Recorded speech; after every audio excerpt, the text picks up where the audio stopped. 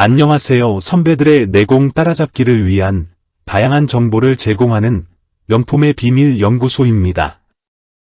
명품의 성능을 설계하고 테스트하는 과정에서 수없이 접하게 되는 주성분 분석은 가장 널리 사용되는 차원 축소 기법 중 하나로 원래 데이터의 분포를 최대한 보존하면서 고차원 공간의 데이터들을 저차원 공간으로 변환하는 방법입니다. 예를 들어 자동차 한 대에 관한 데이터는 11차원의 데이터로 표현되는데 이 경우 주성분 1, 주성분 2, 주성분 3이 원래 데이터의 성질의 약 90%를 보존한다면 10% 정도의 정보는 잃어버리더라도 합리적인 분석에 큰 무리가 없으므로 주성분 1, 주성분 2, 주성분 3만 택하여 3차원 데이터로 차원을 줄일 수 있는 효율적인 방법입니다. 오늘은 특이값 분해를 통해 주성분 분석을 한 번에 한 스텝씩 알기 쉽게 설명해 드리겠습니다. 주성분 분석은 여러 시험 점수가 있을 때 종합 점수를 잘 계산하는 방법입니다. PCA는 여러 데이터들이 모여 하나의 분포를 이룰 때 이 분포의 주성분을 분석해주는 방법입니다. 목적은 단순한데 이론을 설명한 자료들을 읽어보고 있으면 수학적 한계에 부딪혀서 PCA의 개념 자체를 이해하기가 힘듭니다. 그래서 기본 개념이 무엇인지 철저히 파헤쳐 보았습니다.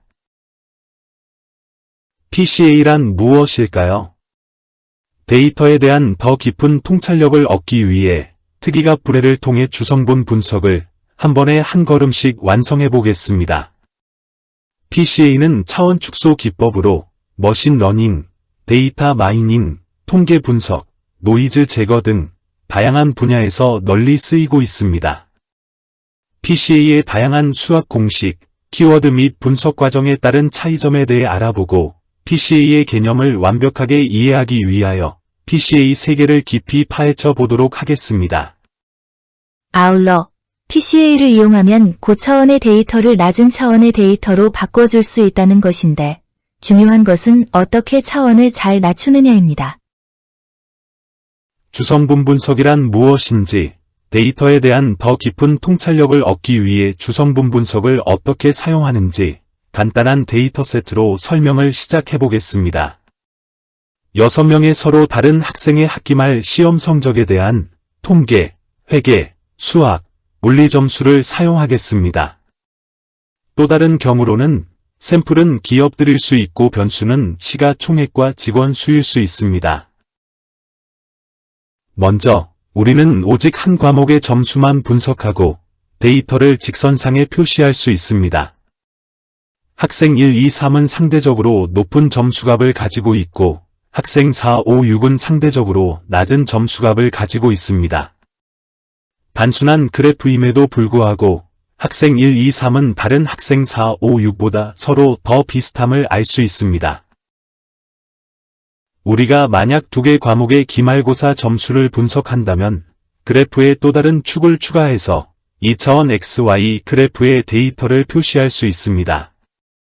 통계 점수는 X축에 표시되며 회계 점수는 Y축이고 샘플은 서로 다른 축값으로 2차원 그래프의 공간에 위치하고 있습니다.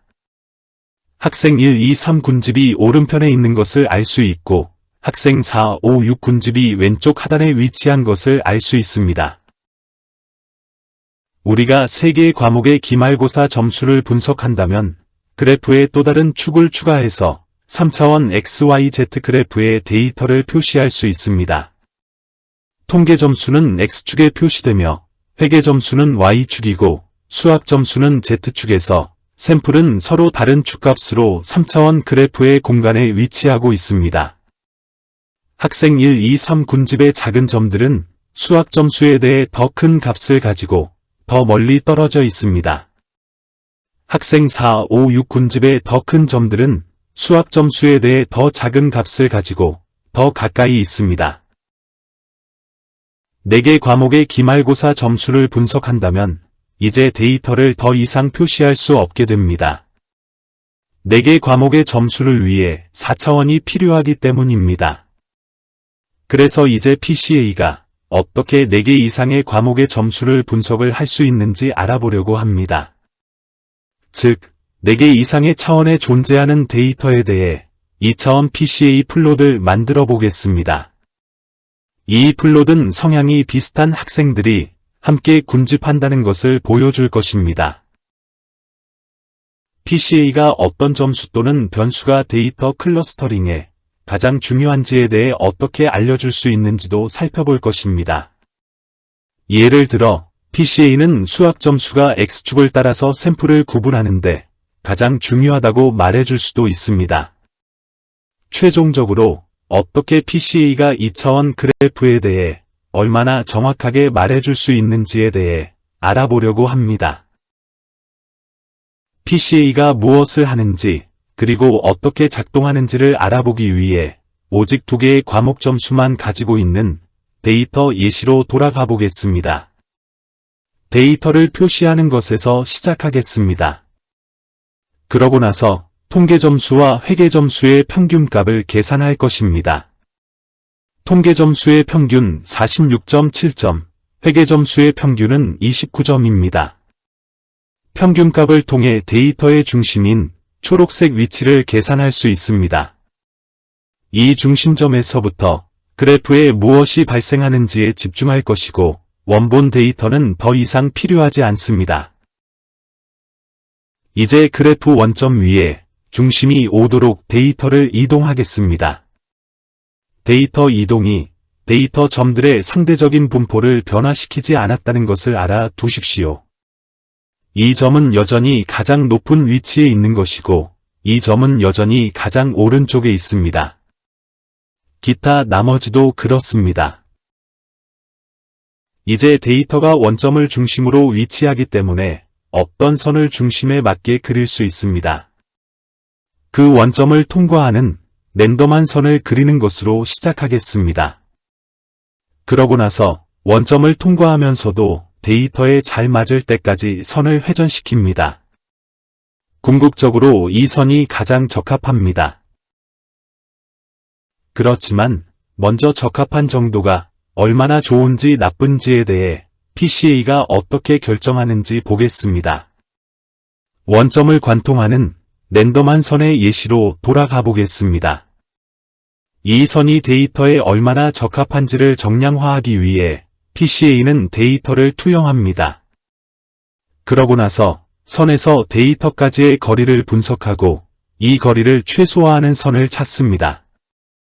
또는 원점에서 투영된 점들까지의 거리를 최대화하는 선을 찾습니다. 만약 이러한 옵션들이 와닿지 않는다면 선이 적합할 때 이런 거리가 어떻게 줄어드는지를 보면서 직관을 기를 수 있습니다. 반면에 이 선이 적합할수록 거리는 커질 수도 있습니다. 수학적 방식으로 이해하기 위해 한 점을 집중해서 살펴보겠습니다.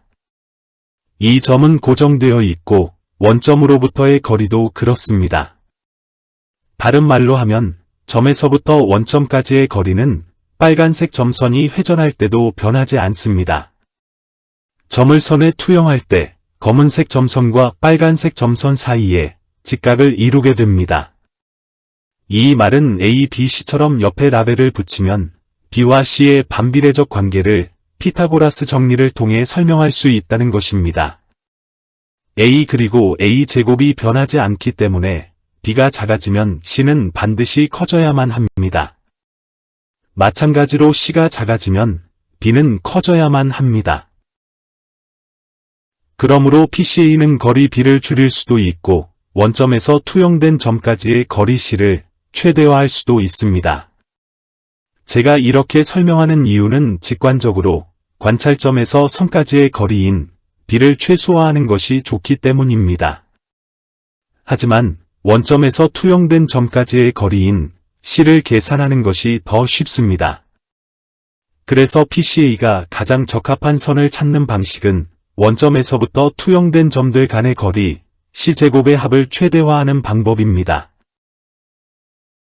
그래서 이 선을 위해 PCA는 데이터를 여기에 투영하고 원점에서부터 이 점까지의 거리를 분석합니다. 이것을 D1이라고 부르겠습니다. 여기서 분석한 거리는 계속 추적할 것입니다. 그리고 다시 PCA는 원점에서 이 점까지의 거리를 분석합니다. 이를 D2라고 부르겠습니다. 그러고 나서 D3, D4, D5와 D6를 분석합니다. 여기 우리가 분석한 6개의 모든 거리가 있습니다. 그 다음으로 할 것은 그 값들을 모두 제곱하는 것입니다. 거리가 제곱이 되면서 음수값은 양수값을 상쇄하지 못하게 하는 역할을 합니다. 그리고 이 거리 제곱값을 모두 더하면 거리 제곱의 합이 됩니다. 간단히 하면 이를 SS 거리 또는 거리 제곱의 합으로 부르겠습니다. 이제 선을 회전시키겠습니다. 데이터를 그 선에 투영하고 투영된 선에서부터 원점까지의 거리 제곱을 다 더합니다. 이 작업을 투영된 점과 원점 사이의 가장 큰 제곱합을 만들어내는 선을 만날 때까지 반복합니다. 궁극적으로 가장 큰 거리 제곱합을 만드는 선을 만나게 됩니다. 이 선을 주성분 1 또는 짧게 말하면 PC1이라고 부릅니다. 이제 이해를 돕기 위해 PC1의 기울기가 0.25라고 가정해 보겠습니다. 다시 말하면 통계점 수축을 따라서 4단이 움직이면 회계점 수축을 따라 1단위만큼 올라가게 됩니다.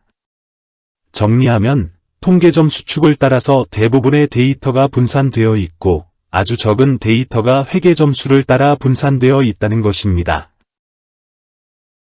PC1에 대해 생각하는 한 가지 방법은 카페라테 레시피입니다. PC1을 만들기 위해서 통계점수 우유 4단위에 회계점수 커피 1단위를 섞은 다음 제공합니다. 통계점수 대 회계점수의 비율은 데이터가 어떻게 분산되어 있는지 설명할 때 통계점수가 더 중요하다는 것을 알려줍니다. 이런 카페라테 레시피를 통계점수와 회계점수의 선형 결합이라고 부릅니다. PC1을 위한 레시피는 4만큼 움직이고 1만큼 올라가서 이 점까지 도달하는 것입니다. 우리는 빨간 선의 길이를 피타고라스 정리를 활용해서 구할 수 있습니다. 오래된 내용이죠. A제곱은 B제곱 더하기 C제곱입니다. 숫자로 대입하면 A는 4.123으로 계산됩니다. 따라서 빨간 선의 길이는 4.123이 됩니다. PCA를 특이값 분해와 같이 변환할 경우 PC1을 위한 레시피는 조정되어서 길이가 1이 됩니다. 우리가 해야 하는 것은 삼각형을 조정해서 빨간 선을 1단위로 만들고 4.123으로 각각의 변을 나누어 주는 것입니다. 주성분의 스코어를 수학적으로 계산하기 위해서 우리가 해야 하는 것은 3개의 변을 4.123로 전부 나누는 것입니다. 이 값이 조정된 값들입니다.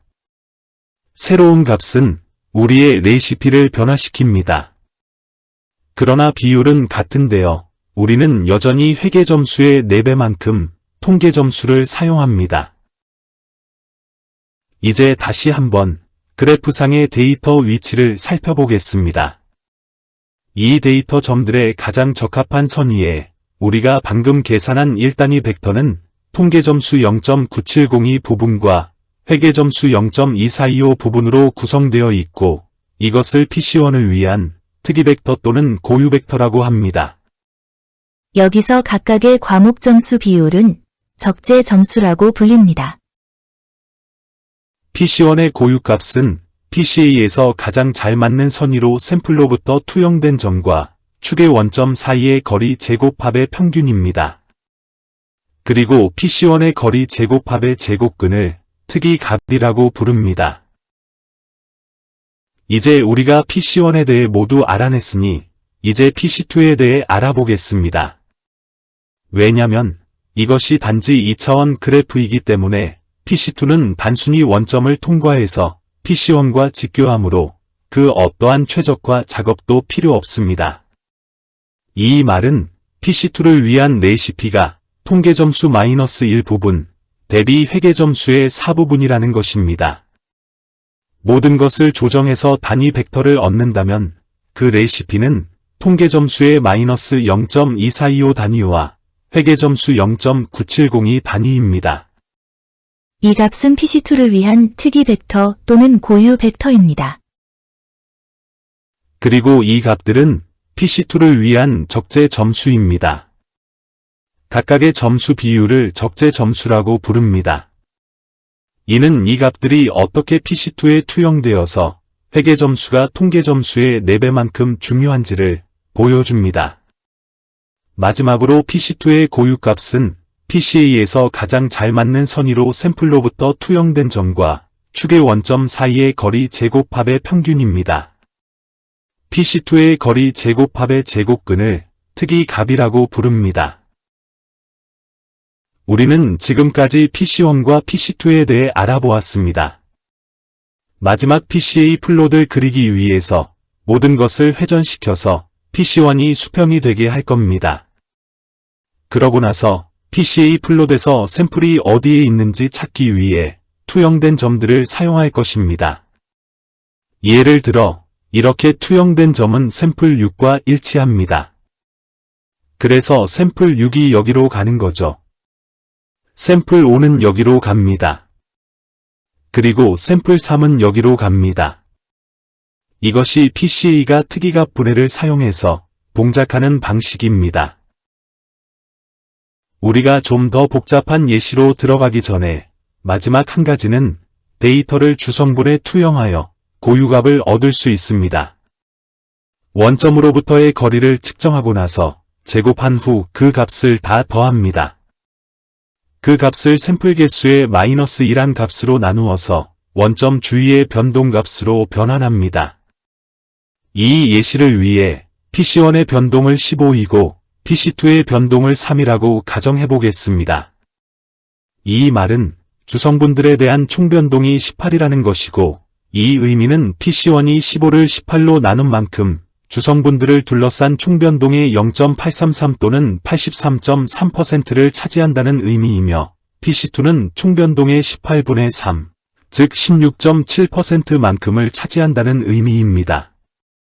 또한 스크리 플롯은 각각의 주성분이 차지하는 변동의 퍼센트를 나타냅니다. 이제 약간 더 복잡한 예시를 보도록 하겠습니다.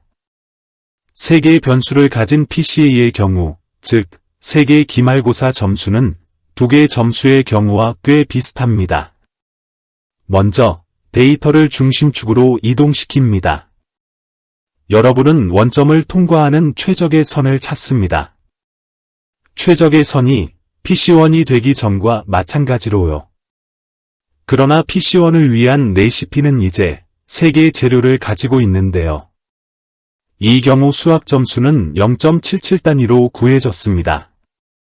새로운 값은 우리의 레시피를 변화시킵니다. 또한 이 경우 수학 점수는 PC1을 위한 가장 중요한 재료가 됩니다. 그리고 PC2를 그 다음 최적의 선이라고 볼 수 있습니다. 왜냐면 PC2가 원점을 통과하고 PC1에 직교하기 때문입니다. PC2를 위한 레시피입니다. 이 경우 통계 점수는 PC2를 위한 가장 중요한 재료가 됩니다. 마지막으로 우리가 찾아낸 것은 PC3라는 최적의 선은 원점을 통과하고 PC1과 PC2와 직교한다는 것입니다. 만약 우리가 더 많은 점수를 가지고 있다면 우리는 더욱더 많은 주성분을 찾아야 하는데요. 수직선들을 추가하고 그 선을 회전시키면서 말입니다. 이론적으로 변수마다 하나씩 존재하지만 실제로는 주성분의 수는 변수의 수이거나 표본이 수인데 어느 것이든 더 작은 쪽입니다.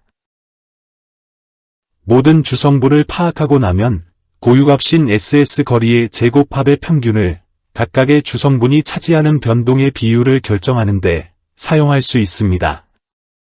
이 경우 PC1은 변동의 79%를 차지하고 PC2는 변동의 15%를 차지하며 PC3는 변동의 6%를 차지합니다. 여기 스크리 플롯이 있습니다. PC1과 PC2는 총변동의 대부분을 차지합니다. 이는 2차원 그래프로 PC1과 PC2를 사용한다는 것을 의미하고 3차원과 근사하다고 볼 수 있는데요. 왜냐면 데이터 변동의 94%를 설명해주기 때문입니다. 3차원 그래프를 2차원 PCA 그래프로 변환하기 위해서 우리는 데이터 PC1, PC2를 제외한 모든 것을 걷어내고 샘플을 PC1과 PC2에 투영합니다. 그러고 나서 회전시켜서 PC1은 수평이고 PC2는 수직이 되게 만듭니다. 이렇게 하는 게 보기 쉽습니다. 이 투영된 점이 샘플 4와 일치하기 때문에 샘플 4가 새로운 PCA 플롯으로 가는 것입니다. 이렇게 투영된 점들이 새로운 PCA 플롯 위에 이렇게 자리 잡았습니다.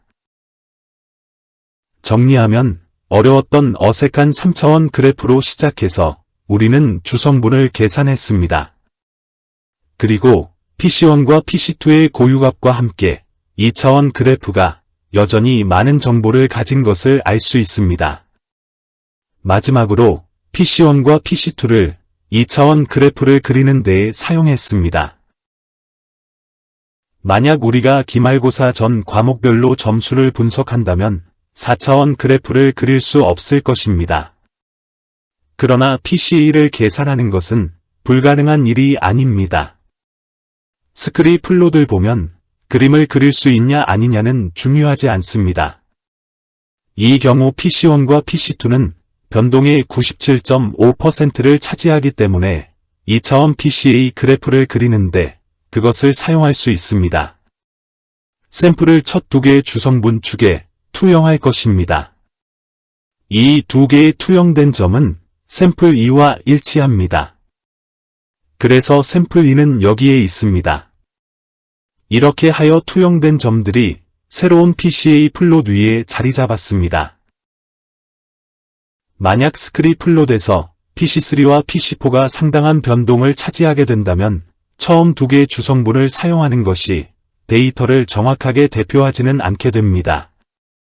그러나 이런 노이즈가 있는 PCA 플롯도 데이터 군집을 식별하는데 사용될 수 있습니다. 처음 두 개의 주성분이 데이터를 정확하게 대표하지는 않지만 이 샘플들은 다른 샘플들보다 여전히 서로 더 비슷하다는 것을 알 수 있습니다. 오늘 내용이 명품을 기획하고 계신 여러분께 도움이 되셨다면 구독, 좋아요 버튼을 꼭 눌러주시고 알람 설정도 부탁드립니다. 직장 선배들의 내공을 따라잡을 수 있는 더욱 좋은 명품의 비밀 에피소드로 보답하겠습니다. 지금까지 시청해 주셔서 감사합니다.